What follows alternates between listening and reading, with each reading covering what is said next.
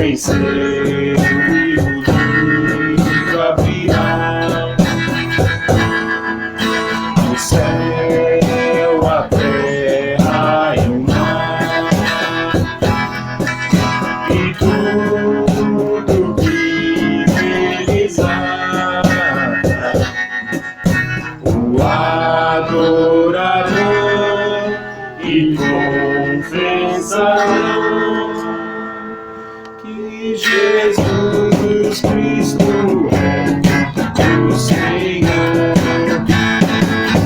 Ele é o Senhor. Ele é o Senhor. Ressurreto dentre os mortos, Ele é o Senhor. Todo joelho se dobrará, toda língua confessará que Jesus Cristo é o Senhor. Ele é o Senhor. Ele é o Senhor.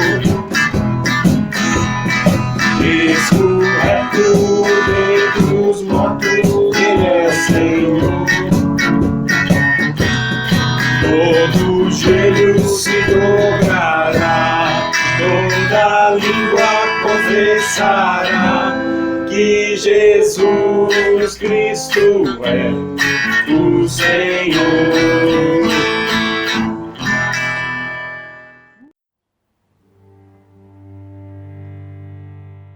Turma, essa é a música da ressurreição, porque Ele vive. A música é assim, ó.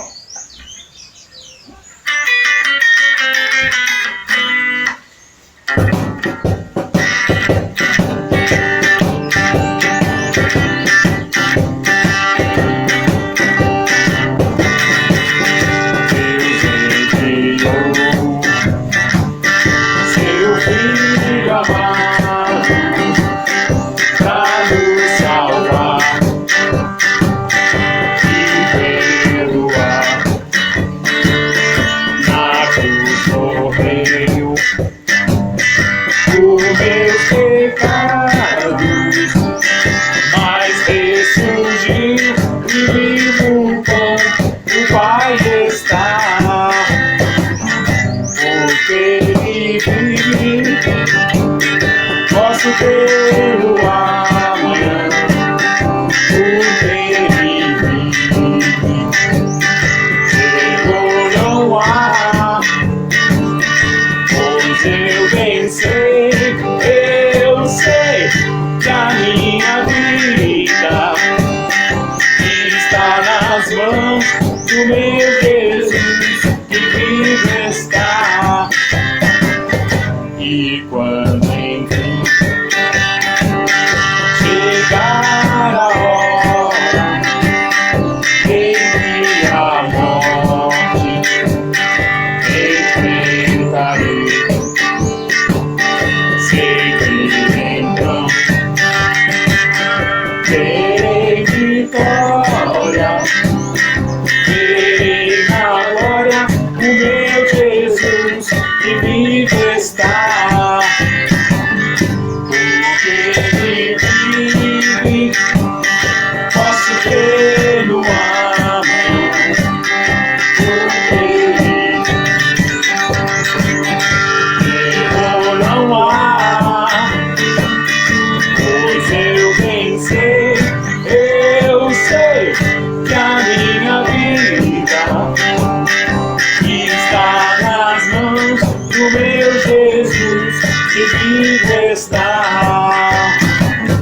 Porque Ele vive, posso crer no amanhã, porque Ele vive, erro não há, pois eu bem sei, eu sei que a minha vida está nas mãos do meu Jesus que vivo está.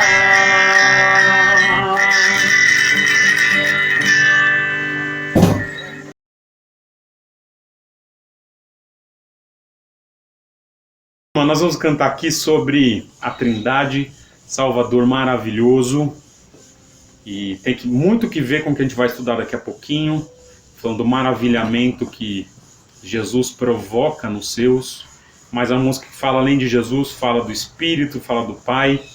Nós vamos cantar essa música linda aqui, que é assim, ó. 3, 4.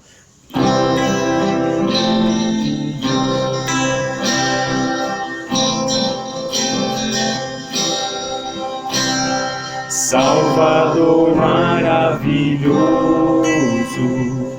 Deus que tomou o meu lugar, Cordeiro entregue ao Calvário, morto pra nos salvar, oh, morto pra nos salvar.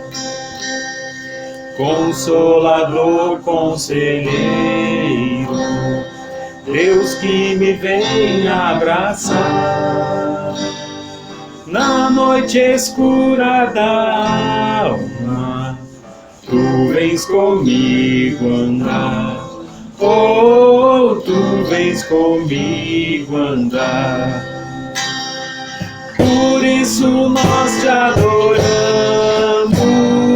por isso vamos louvar, pois dessa graça que sara, só tu nos podes dar, oh, só tu nos podes dar.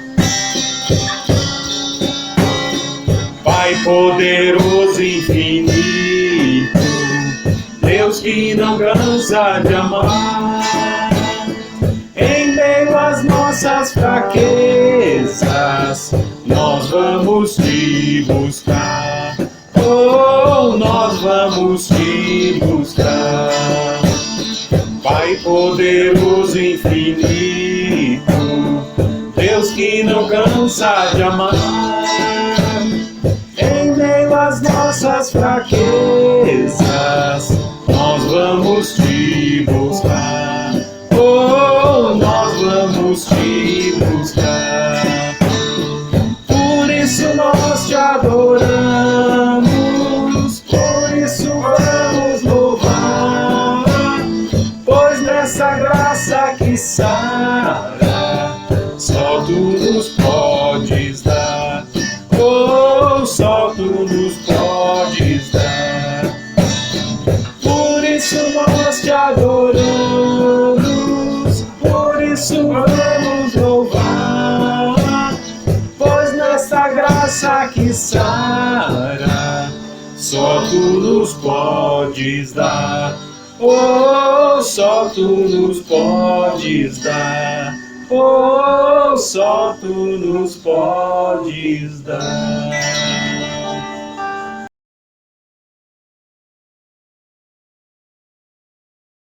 Turma, a última música de hoje, nosso rock and rollzinho aqui, falando que Jesus venceu. Olha que bonito aqui, ó.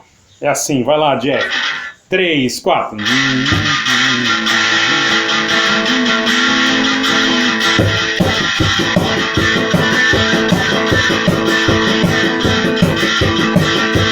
Já repousa a glória eterna de Jesus, o Rei dos Reis, deve os reinos destruir, seguirão as suas leis e os sinais da sua vida, mas nós por cada vez venceremos.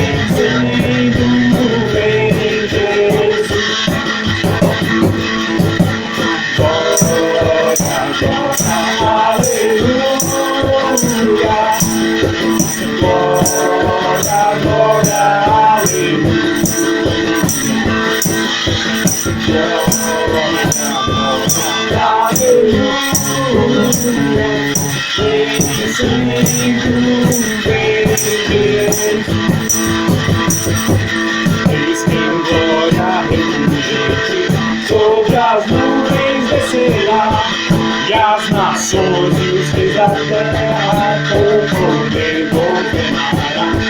Sim, em paz e santidade toda a terra regerá. Vencendo o rei. Glória,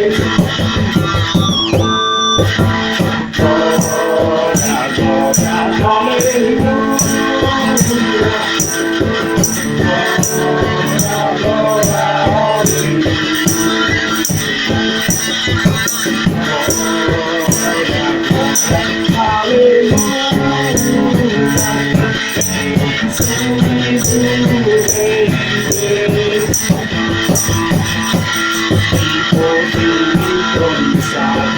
As nações a divulgar, todos grandes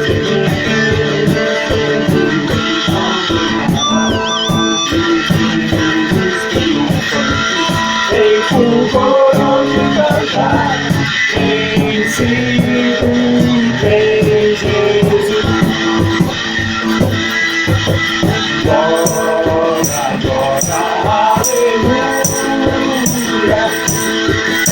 Glória, glória,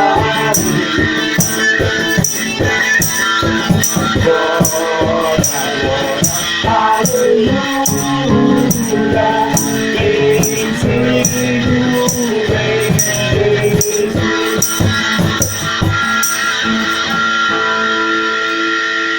Muito bom.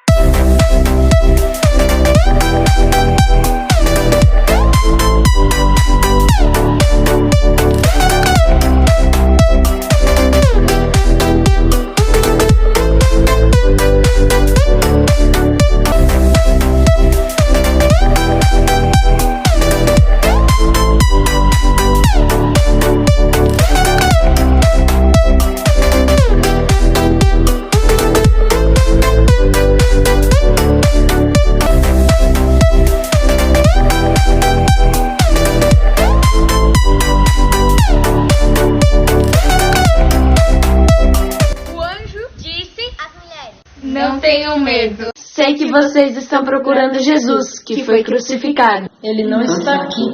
Ressuscitou como tinha dito. Venham ver o lugar onde ele jazia. Vão depressa e digam aos discípulos dele. Ele ressuscitou dentre os mortos e está indo adiante de vocês para a Galiléia. Lá vocês o verão. Notem que eu já os avisei. As mulheres saíram depressa do sepulcro, amedrontadas e cheias de alegria, e foram correndo anunciá-lo aos discípulos de Jesus.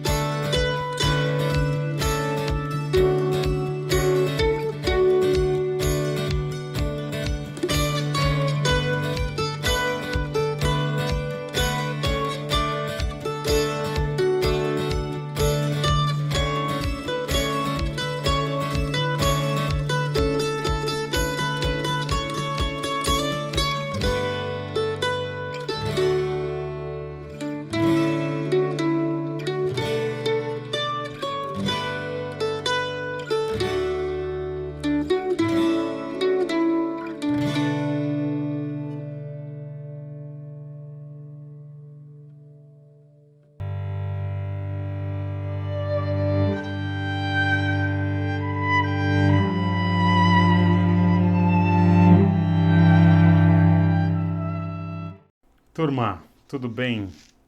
Espero que você esteja bem nesse domingo tão especial, domingo da ressurreição. Tivemos um momento muito gostoso, espero que você tenha tido um momento muito gostoso em família, de cantar, de estar junto, da gente orar um pouquinho também. E agora chegou a hora da gente estudar juntos um texto bíblico, nesse domingo que lida muito com expressões da morte e da ressurreição de Jesus.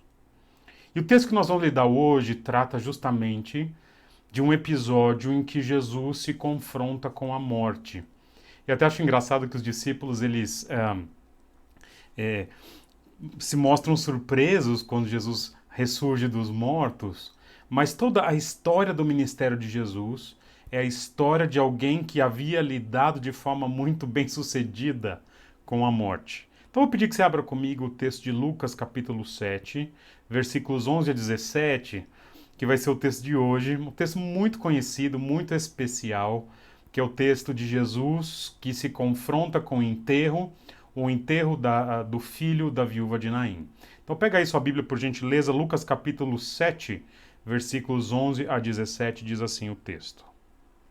Em dia subsequente, dirigia-se Jesus a uma cidade chamada Naim, e iam com ele os seus discípulos e numerosa multidão. Como se aproximasse da porta da cidade, eis que saía o enterro do filho único de uma viúva, e grande multidão da cidade ia com ela. Vendo-a, o Senhor se compadeceu dela e lhe disse: não chores. Chegando-se, tocou o esquife ou o caixão, e parando os que o conduziam, disse: jovem, eu te mando, levanta-te. Sentou-se o que estivera morto e passou a falar, e Jesus o restituiu à sua mãe. Todos ficaram possuídos de temor e glorificavam a Deus, dizendo: grande profeta se levantou entre nós, e Deus visitou o seu povo. E esta notícia a respeito dele divulgou-se por toda a Judéia e por toda a circunvizinhança. Irmãos, esse texto é fenomenal. Esse texto é um texto em que nós vemos o encontro de duas grandes multidões. A primeira multidão é a multidão que está com Jesus, e eu quero dar um nome para essa multidão de comitiva esperança. Eu sei que se você é da roça, você tá lembrando, tem uma música do Sérgio Reis, do Almir Sater, que tem esse nome, mas não tem nada a ver com essa comitiva esperança. Nós vamos dar esse nome porque são pessoas, é uma multidão que está seguindo Jesus. É uma multidão de uma realidade absolutamente heterogênea. O texto vai falar que os discípulos estavam nessa multidão, então é uma multidão que tem discípulo que vai trair Jesus, que está nessa multidão, tem os seguidores, deve ter gente que é curiosa. É uma multidão que segue Jesus, logo depois de Jesus ter curado o servo de um centurião. Então, talvez por mera curiosidade, ou por algum tipo de esperança, ou para ver Jesus atuar, essa comitiva esperança caminha atrás de Jesus. E diz o texto que, chegando numa cidade chamada cidade de Naim, essa multidão se encontra com uma outra multidão. Então, uma confluência de multidões. São duas multidões que se encontram. E se a primeira multidão é uma multidão, uma comitiva de esperança, a segunda multidão, nesse encontro aqui, é uma multidão de tristeza, de luto, o que eu chamaria de comitiva de caixão. Acho interessante esses encontros casuais, aparentemente casuais, que acontecem no ministério de Jesus. Duas multidões com perspectivas absolutamente antagônicas e distintas. Parece, né, meio sincronizado, né? Parece que a nossa vida é meio assim sincronizada. E essa é então a comitiva do caixão saindo de uma cidade. É interessante como a realidade é assim. Neste momento, há pessoas que estão alegres, celebrando mais um dia de vida. Graças a Deus, se você chegou até aqui hoje, considerando-se tudo que a gente tem passado, é motivo de grande alegria.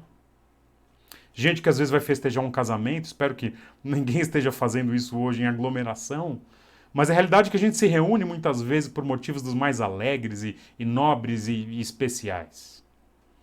Mas essa não é a realidade de todo mundo, e essa também não é a realidade de todas as pessoas.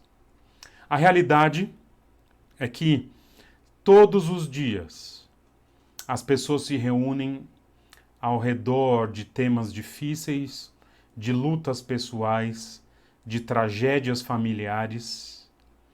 E essa comitiva que sai da cidade é uma comitiva de pessoas que estão ali juntas e se reúnem por causa de uma morte. E nesse encontro de multidões, nós estamos então lidando com uma multidão que se alegra com a esperança ou com o que Jesus tem para oferecer, e uma segunda multidão que se entristece com as durezas da vida. E nesse encontro então de multidões, nós temos Jesus como o ponto de contato entre essas duas realidades. E Jesus é aquele que vai mexer e atuar nas realidades que compõem a existência de cada uma das multidões. E eu quero então tratar como que Jesus lidou com cada personagem ou cada grupo de personagem aqui nesse texto, e como que Jesus vai transformar duas multidões, no fim das contas, em uma grande multidão no fim da passagem aqui. Veja comigo, então, como que Jesus vai interagir com a primeira personagem, que está no versículo 12. Olha que interessante, veja comigo o versículo 12, diz assim: Como se aproximasse da porta, eis que saía da porta da cidade, eis que saía o enterro do filho único de uma viúva, e grande multidão da cidade ia com ela. Então, primeira personagem que Jesus vai interagir nessa nossa história é com uma mulher, uma viúva. Nós estamos falando de uma viúva numa época em que ser viúva, uma mulher que perdeu seu marido, não significava apenas solidão, as dificuldades de perder alguém querido como nós temos hoje. Na época de Jesus, quando alguém perdia o marido, ele era o provedor do lar. Então, em raríssimos casos apenas, que a viúva não sofria uma perda financeira, do sustento e tudo mais.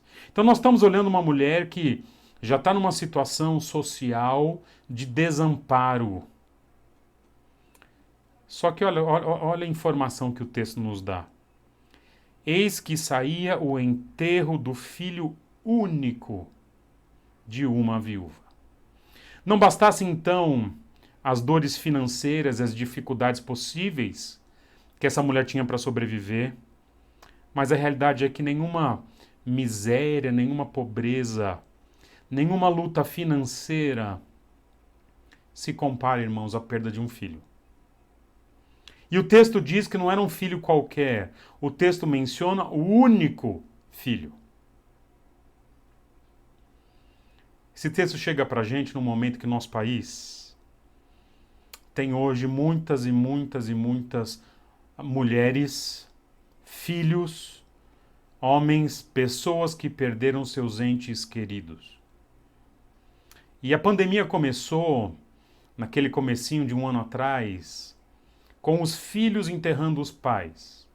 A pandemia atacava normalmente pessoas mais idosas, essas faleciam. Mas há uma mudança em curso no que nós estamos vivendo, e hoje é muito comum nós vermos pais enterrando os próprios filhos. Então, hoje, como nação, muitos de nós são como essa viúva. Irmãos, eu não consigo imaginar qual é a dor de perder um filho. Às vezes em que acontece alguma coisa, um filho fica doente, só de aventar a hipótese da coisa se agravar, no meu caso é como se eu perdesse o chão, sabe, sob os meus pés. Nós temos então essa mulher que não bastasse as dificuldades da vida, ela perdeu aquilo que tinha de mais precioso, o seu único filho. Só que a mulher sai nessa comitiva de choro, de lágrima e de dor, e ao sair da cidade, essa comitiva de luto, de caixão, se encontra com a comitiva liderada por Jesus, a comitiva esperança. E o versículo 13 apresenta para a gente, Lucas 7,13, como que foi a interação de Jesus com essa mulher. Olha o que diz o texto. Vendo-a, o Senhor se compadeceu dela e disse, não chores. O que esse texto vai começar a revelar para a gente, irmãos, é que quando Jesus está presente e se manifesta em uma situação difícil, conforme ele decide se envolver e atuar ali, a ideia que nós temos nesse texto é que quando Jesus chega, ele muda tudo. E nós vamos ver em primeiro lugar, Jesus chegando e mudando circunstâncias aqui na vida dessa mulher. E nós vamos ver Jesus atuar então na vida dela, depois os outros dois grupos de personagem que temos aqui. Quando Jesus chega, ele muda tudo. E olha o que ele diz ou o que ele faz com essa mulher. Diz assim aqui, vendo-a, o Senhor se compadeceu dela e lhe disse, não chores. O texto menciona então Jesus se compadecendo. Queridos, o Novo Testamento apresenta um Jesus para a gente com diversas emoções.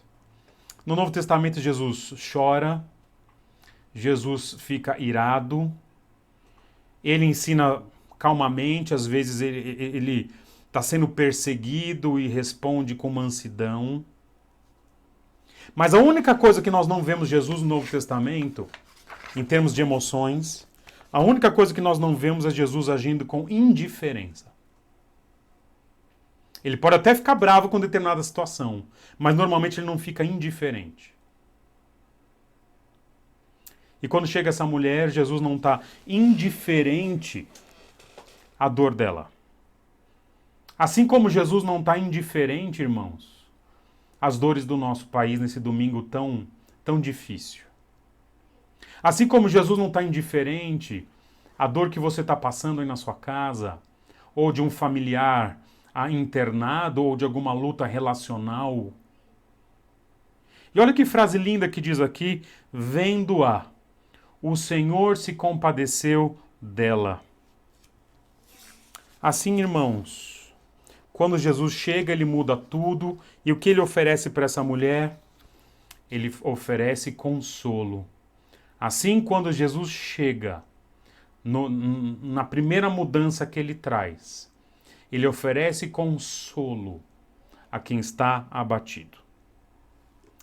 Queridos, ele olha para aquela mulher e diz uma frase que é uma das frases mais bonitas do Novo Testamento, uma frase que Jesus normalmente não fala.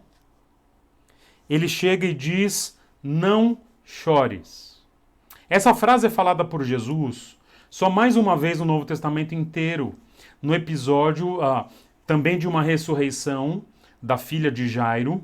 E quando Jesus fala para a filha de Jairo, ali naquele episódio da filha de Jairo, não chores, ele fala no sentido de repreensão daquelas pessoas que estão ali fora na casa, ali fazendo um escândalo.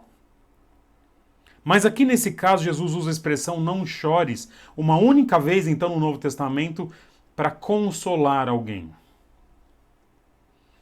Acontece no Novo Testamento Jesus chorar junto, mas aqui ele diz não chores. Cara, como é bonito ele ter essa capacidade de, em determinados casos, falar, não, hoje não é tempo de choro, fique em paz.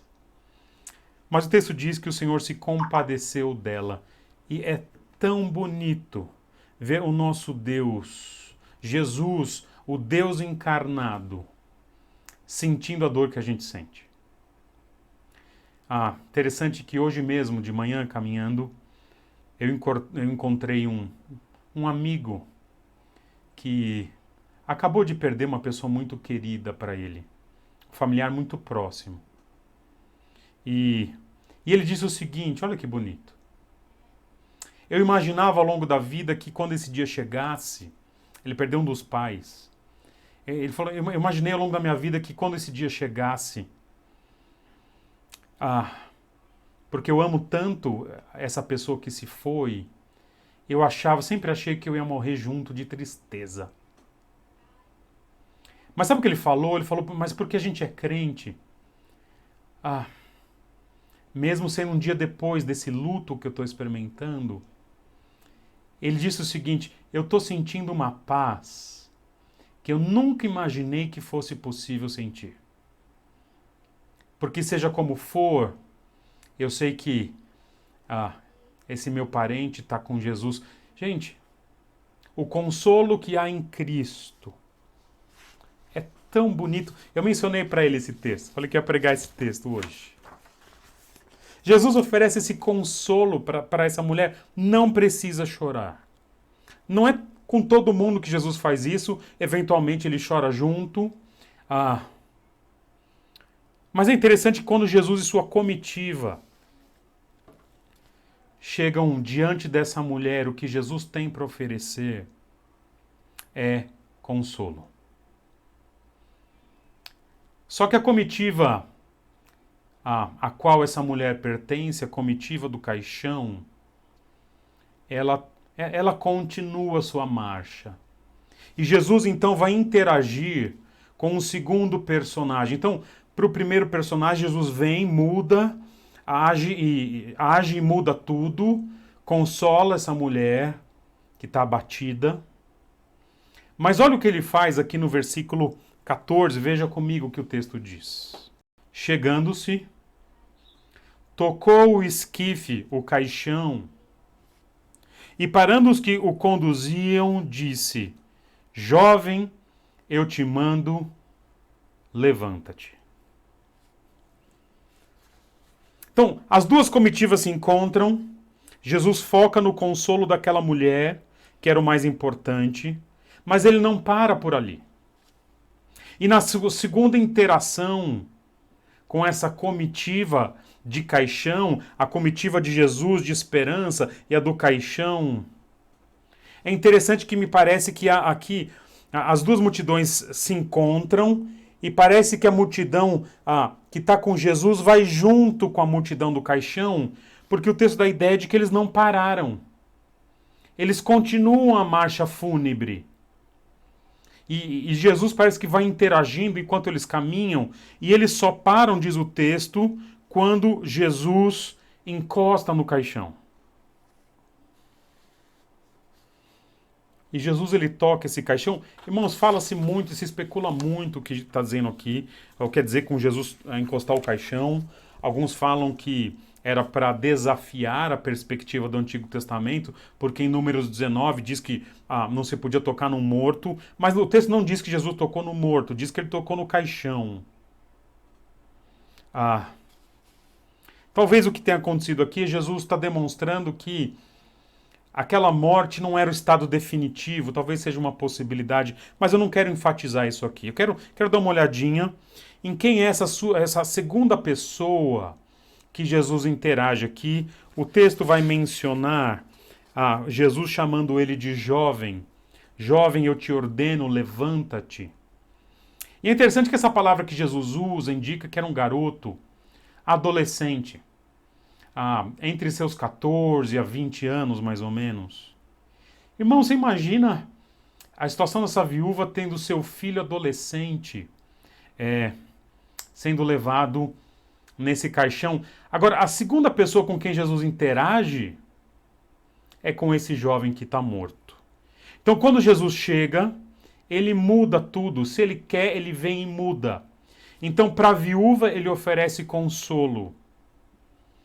Mas para esse jovem, Jesus oferece vida.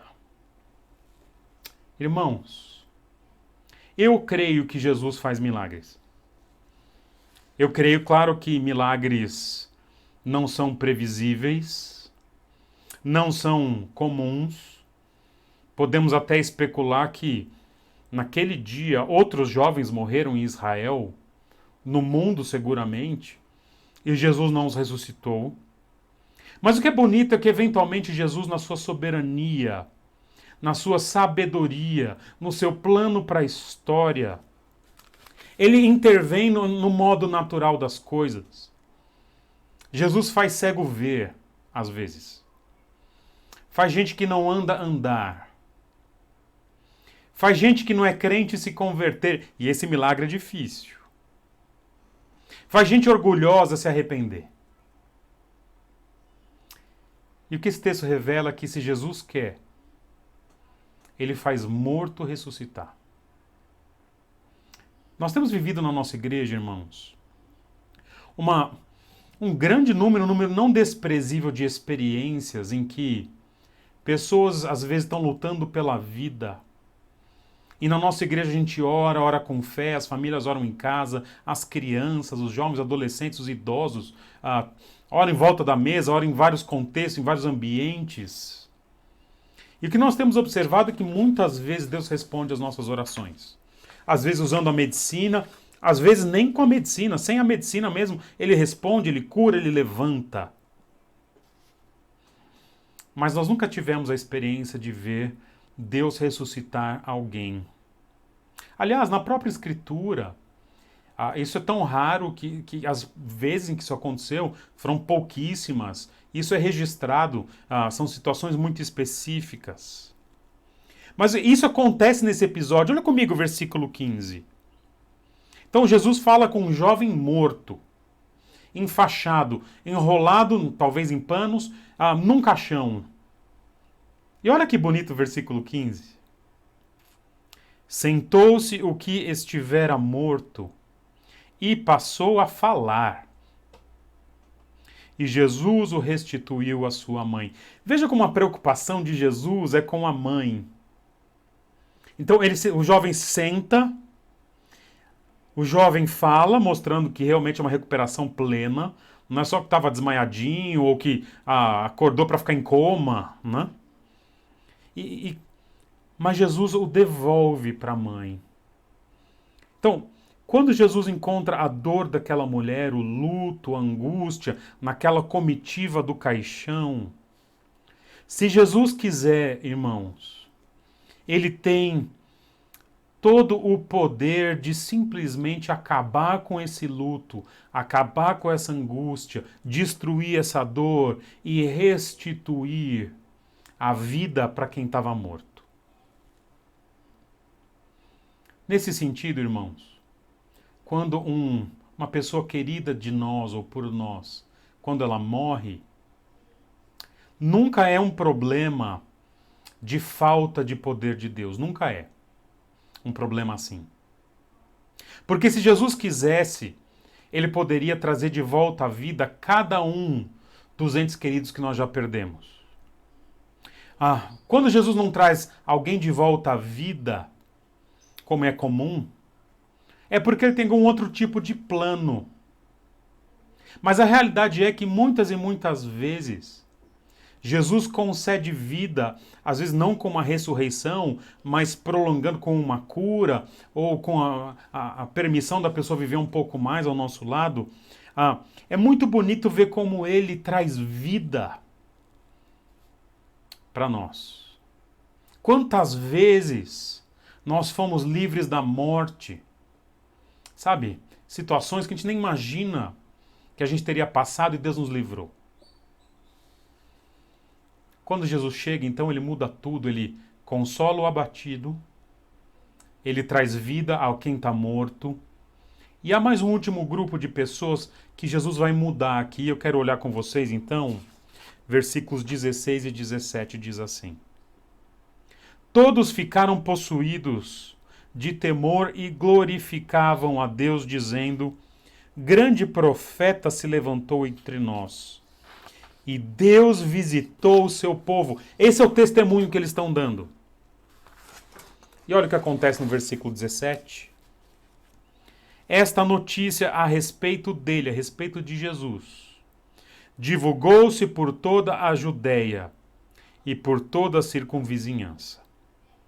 Nós estamos lidando aqui que quando Jesus chega em alguma situação, ele tem o poder de transformá-la.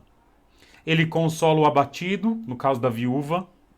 Ele traz vida ao morto, no caso do jovem. E o último grupo que eu quero olhar para vocês é o grupo da multidão. Vocês vão lembrar comigo que nós conversamos que esse texto falava de duas multidões em situações antagônicas. Uma multidão alegre e uma multidão triste. Mas quando chega o versículo 16 e o versículo 17, não existem mais duas multidões.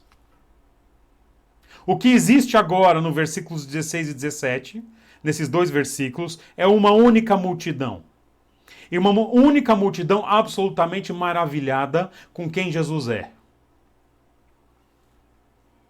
E quando Jesus chega, ele muda as circunstâncias. E ele produz, o último grupo em que ele muda as circunstâncias ele produz naqueles que testemunham o poder dele, a atuação dele. Jesus produz um maravilhamento proclamador. Vou explicar para vocês o que é isso. Jesus, então, atua na vida específica daquela mulher, seguramente na vida daquele jovem, mas as multidões que estão ali só percebendo Jesus agir, alguns estavam lá só no enterro. Jesus atua nesses também. Quando a gente percebe que Deus está atuando em uma situação, irmãos, a gente pode ter essa percepção de maravilhamento, de falar, olha o que Deus está fazendo. E eu quero então lembrar, irmãos, eram duas multidões. Uma era a comitiva esperança e a outra era a comitiva do caixão. Mas o que é lindo desse texto é que quando alguém se depara com Jesus e vê Jesus agir, não existe mais comitiva do caixão. Só existe a comitiva esperança. E é interessante que esses que veem Jesus atuar, o texto vai dizer que eles se encheram, ficaram possuídos de temor. Irmãos, quando a gente percebe que Jesus está em alguma situação, e a gente percebe o tamanho do poder dele, a reação mais comum é o medo. Medo não é ruim. Porque o medo sozinho é ruim. Mas quando o medo ele está junto com a atração, o texto diz que glorificavam a Deus, então há um medo e um maravilhamento. Quando há esse tipo de experiência, esse tipo de experiência normalmente produz ótimos frutos, irmãos. As pessoas começam a perceber, então, a ter sinais de que Jesus é mais do que ele aparentava ser. Alguns percebem em Jesus algum tipo de ministério profético.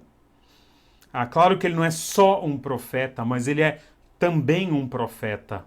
É um dos ofícios de Jesus. Eles percebem uma espécie de poder que já esteve presente num Elias, num Daniel. E o que é bonito nesse texto? O texto vai dizer que eles percebem. Olha que bonito, eles dizem o seguinte, aqui no texto, versículo 16. Grande profeta se levantou entre nós e Deus visitou o seu povo. Ao perceber Jesus atuando, eles percebem que é Deus ali. Quando a multidão tem esse tipo de maravilhamento, Deus está entre nós. Irmão, só existe uma reação que é provocada quando a gente percebe o que Deus faz por nós. Versículo 17 diz assim: esta notícia a respeito dele divulgou-se por toda a Judéia e por toda a circunvizinhança. Então observa comigo que, quando eles percebem quem Jesus é, quando há uma compreensão da sobrenaturalidade de Jesus e da sua atuação, essa multidão se torna uma multidão missionária. Divulgou-se dele por toda a Judéia e por toda a circunvizinhança. Uau! Irmãos, sabe por que muitas vezes o nosso evangelismo ele é minguante? Sabe por que muitas vezes a gente sequer lembra que as pessoas estão morrendo sem Jesus e que precisariam ouvir de Jesus para não morrerem assim?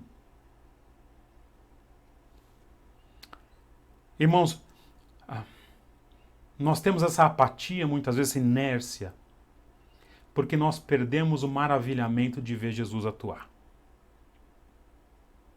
A gente ora às vezes pela conversão de alguém, e quando a pessoa se converte, a gente leva a nossa vida como se nada tivesse acontecido. Gente, é um milagre a conversão.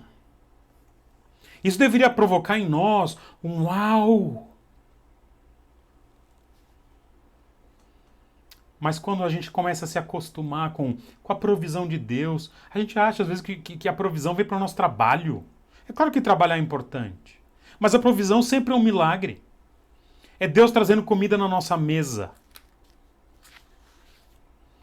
Assim, talvez o problema da igreja, da nossa igreja, meu e seu, seja que a gente não proclama para todo mundo quem Jesus é, porque a gente esquece da beleza que é estar diante de Deus entre nós. Nós nos acostumamos a ser uma multidão que está com Jesus e vê um milagre aqui, outro ali, e fala, normal, já vi isso tantas vezes. Mas quando a gente começa a ter uma sensibilidade maior para a atuação sobrenatural de Jesus, isso deveria provocar esse tipo de proclamação que esses daqui, que as duas multidões agora tiveram nesse contexto todo. Quando Jesus chega, então, ele muda tudo. Ele consola aquela viúva. Ele traz vida ao morto. E ele produz naquela multidão um maravilhamento proclamador. Quero encerrar então com uma aplicação desse texto a essa época de Páscoa que nós estamos vivendo.